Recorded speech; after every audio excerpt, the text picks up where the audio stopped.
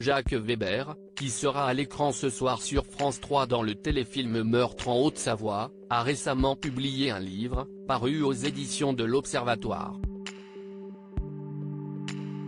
Un ouvrage intitulé On ne dit jamais assez aux gens qu'on les aime, dans lequel celui qui s'est depuis marié à une certaine Christine était revenu sur son premier amour avec Annette, une femme mariée avec des enfants vivant à Marseille, alors que lui résidait à Paris. Il a été prêt à tout pour elle, notamment à parcourir des centaines de kilomètres à vélo pour la rejoindre. Un jour, il a préparé son cyclomoteur, un vélo Solex, et a pris la route pour une chevauchée historique qu'il n'est pas prêt d'oublier. John Wayne, célèbre acteur de western américain, note de la rédaction, je le jure, n'a jamais eu autant mal aux fesses. 15 jours durant, je sillonne les routes de France à l'allure d'un char à bœuf et en pédalant dans les côtes. J'arriverai de Meurtry, à gare devant ma princesse.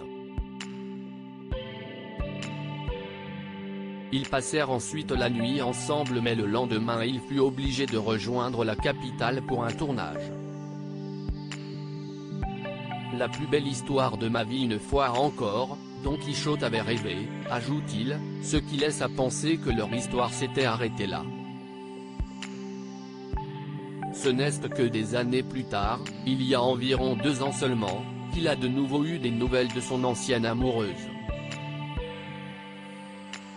Épilogue, j'ai 71 ans, je joue à Marseille, on me remet une lettre à l'issue du spectacle. Aucun nom, aucune adresse d'expéditeur, explique-t-il.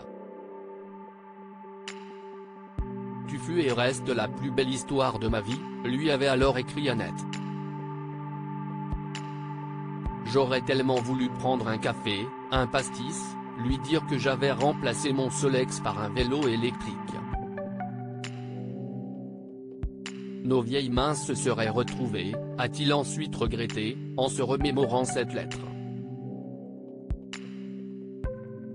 À noter que dans ce livre, le père de Tommy, Stanley et Kim se rappelle également de ce soir d'été où, profitant de l'absence de son mari, il a ramassé et jeté des cailloux sur les volets de sa bien-aimée, avant qu'elle ne le rejoigne. Un baiser se pose sur mes lèvres et s'envole, se souvient-il. Un mauvais film, mais une jolie histoire.